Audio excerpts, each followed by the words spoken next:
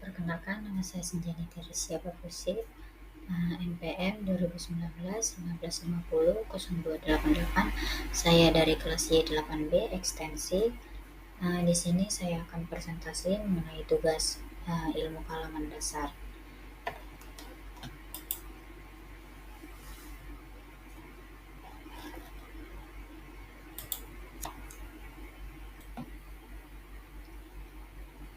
Di sini saya akan membahas mengenai awal mula kehidupan di bumi, teori asal-usul kehidupan, hierarki kehidupan, evolusi makhluk hidup, kemudian adaptasi dan seleksi alam, dan terakhir nanti kesimpulannya.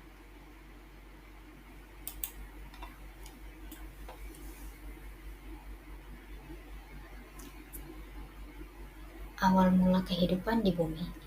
Sejarah awal mula kehidupan di bumi masih menjadi misteri besar bagi para ilmuwan.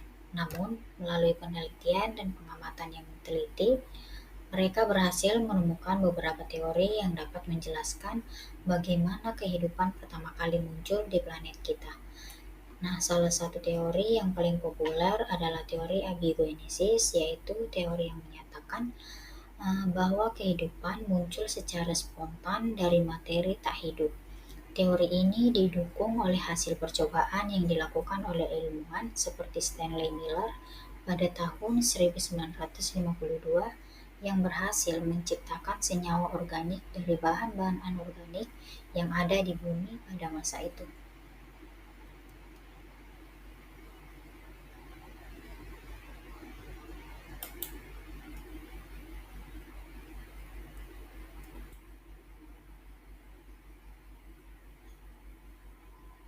Teori asal-usul kehidupan. Teori asal-usul kehidupan adalah salah satu topik paling menarik dalam ilmu pengetahuan. Ada banyak teori yang telah dikemukakan oleh para ilmuwan dari berbagai disiplin ilmu, mulai dari biologi hingga fisika. Namun, meski telah ada banyak teori, sampai saat ini kita masih belum bisa dengan pasti mengungkapkan bagaimana kehidupan muncul di bumi. Salah satu teori yang paling populer adalah teori evolusi kimia, yang menyatakan bahwa kehidupan muncul sebagai hasil dari reaksi kimia yang terjadi di permukaan bumi. Menurut teori ini, bahan-bahan organik seperti asam amino dan nukleotida terbentuk secara spontan di lingkungan bumi primitif, kemudian berkumpul membentuk molekul yang lebih kompleks seperti protein dan DNA.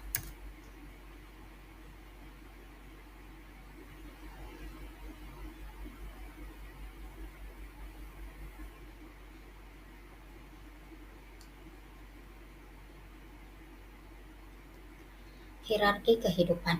Nah, pada tingkat paling dasar, kehidupan di bumi dibagi menjadi 3 domain, yaitu archaea, bakteria, dan eukarya. Archaea dan bakteria adalah organisme prokariotik, sedangkan eukarya adalah organisme eukariotik. Organisme prokariotik memiliki struktur sel yang lebih sederhana dibandingkan dengan organisme eukariotik. Organisme eukariotik dibagi lagi menjadi 4 kerajaan, yaitu Plantae atau tumbuhan, Animalia atau hewan, Fungi atau jamur, dan Protista yaitu organisme bersel tunggal. Setiap kerajaan ini memiliki ciri-ciri khusus dan terbagi lagi menjadi berbagai jenis organisme yang semakin kompleks.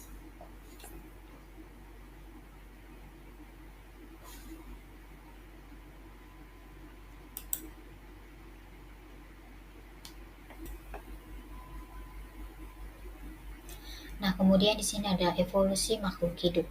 Evolusi makhluk hidup adalah suatu proses yang terjadi selama jutaan tahun.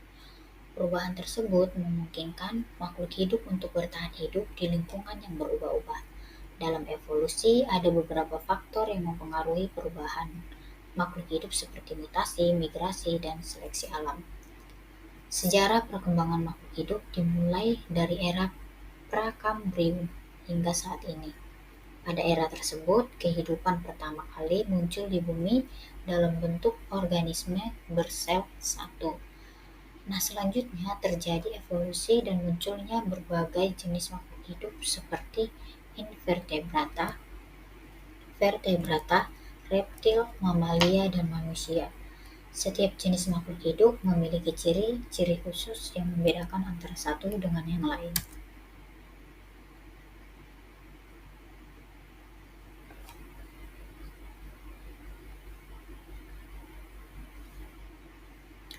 Kemudian di sini ada adaptasi dan seleksi alam.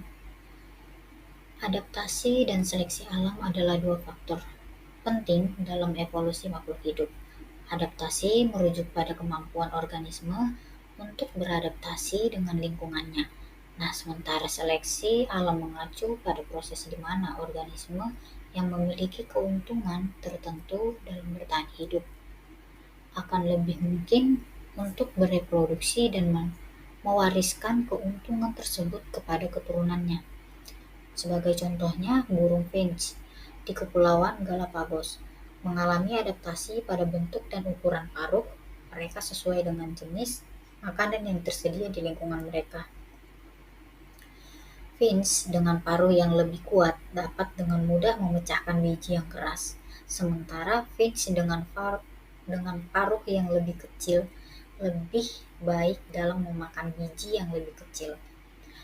Seiring waktu, finch dengan paruh yang cocok untuk jenis makanan tertentu ini menjadi lebih umum di populasi karena mereka memiliki keuntungan dalam bertahan hidup dan bereproduksi.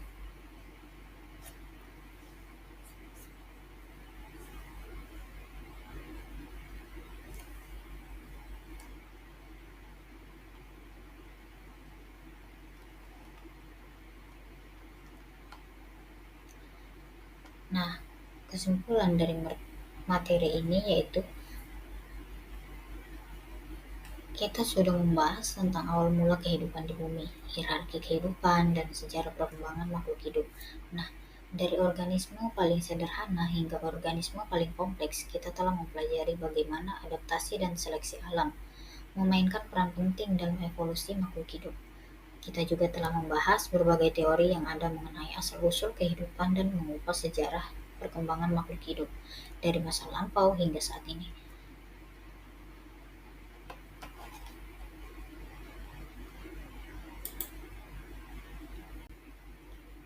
Oke, saya akan melanjutkan materinya, yaitu tentang makhluk hidup, identifikasi, klasifikasi, dan perilaku.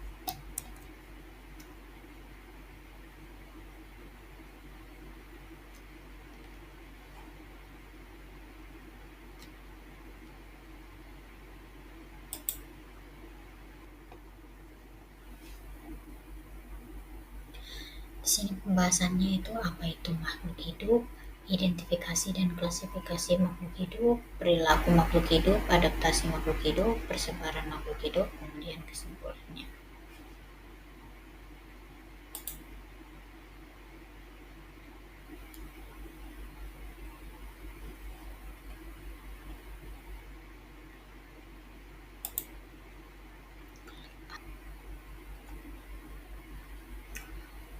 Apa itu makhluk hidup? Makhluk hidup adalah semua jenis organisme yang memiliki sifat-sifat seperti pertumbuhan, reproduksi, metabolisme, adaptasi, dan respon terhadap rangsangan.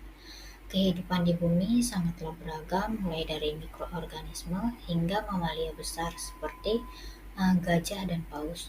Oleh karena itu, penting bagi kita untuk mempelajari, identifikasi, dan klasifikasi makhluk hidup agar dapat memahami keanekaragaman hayati yang ada di sekitar kita. Identifikasi dan klasifikasi makhluk hidup dilakukan dengan cara mengamati ciri-ciri fisik dan perilaku yang dimiliki oleh organisme tersebut. Dengan mengetahui ciri-ciri tersebut, kita dapat membedakan satu jenis organisme dengan jenis lainnya, serta menempatkannya dalam kelompok tertentu.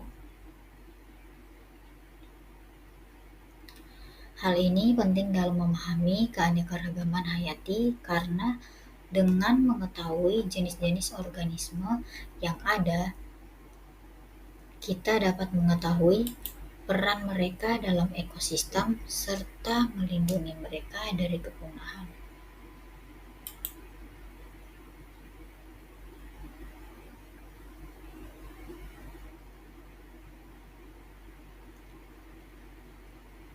Kemudian perilaku makhluk hidup. Perilaku makhluk hidup dapat dibagi menjadi beberapa jenis seperti perilaku makan, reproduksi, dan migrasi. Perilaku makan terkait dengan cara makhluk hidup mendapatkan makanan, sedangkan perilaku reproduksi berkaitan dengan cara makhluk hidup memperoleh keturunan. Sementara itu, perilaku migrasi terkait dengan perpindahan makhluk hidup dari satu tempat ke tempat lain. Perilaku makhluk hidup sangat penting dalam interaksi antara makhluk hidup dengan lingkungannya. Misalnya, perilaku makan burung pemakan buah akan memengaruhi persebaran biji-bijian di lingkungan sekitar mereka. Nah, selain itu, perilaku reproduksi juga berdampak pada populasi makhluk hidup di suatu area. Jika suatu spesies memiliki perilaku reproduksi yang lambat, maka populasi mereka cenderung lebih rentan terhadap kepunahan.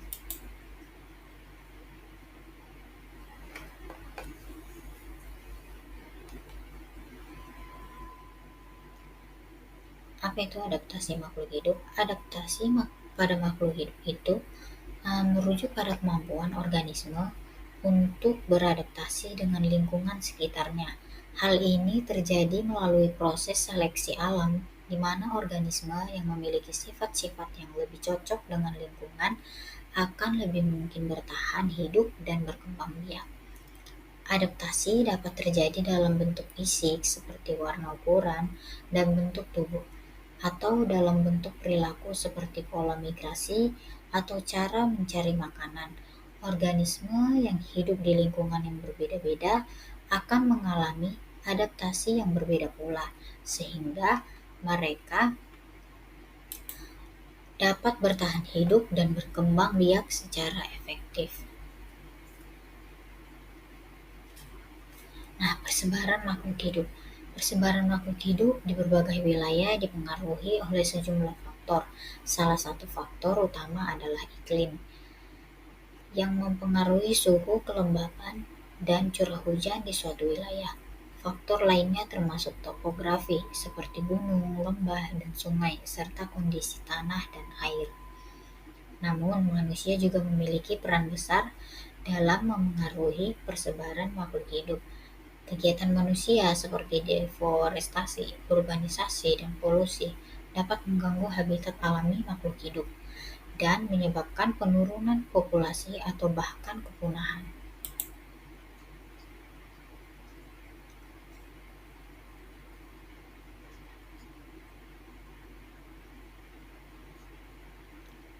Nah, kesimpulannya, dari penjelasan yang telah kita uraikan pada slide sebelumnya, dapat disimpulkan bahwa mempelajari identifikasi dan klasifikasi makhluk hidup, perilaku makhluk hidup, dan persebaran makhluk hidup sangatlah penting dalam memahami keanekaragaman hayati. Dengan memahami hal-hal tersebut, kita dapat mengetahui lebih banyak tentang spesies yang ada di sekitar kita serta lingkungan tempat mereka hidup. Selain itu, dengan mengetahui perilaku makhluk hidup, kita dapat memprediksi interaksi antara spesies yang berbeda dan dampaknya terhadap ekosistem. Begitu juga dengan persebaran makhluk hidup, faktor seperti iklim, topografi, dan manusia dapat mempengaruhi keberadaan suatu spesies di suatu wilayah tertentu. Nah, dalam rangka melestarikan keanekaragaman hayati, maka mempelajari identifikasi dan klasifikasi makhluk hidup, perilaku makhluk hidup, dan persebaran makhluk hidup sangatlah penting. Dengan begitu, kita dapat mengetahui bagaimana cara menjaga kesinambungan lingkungan hidup dan mencegah kepunahan spesies yang ada di sekitar kita. Kita juga dapat memanfaatkan sumber daya hayati secara bijak dan berkelanjutan untuk kepentingan manusia. Sekian presentasi dari saya, kurang lebih mohon maaf. Terima kasih.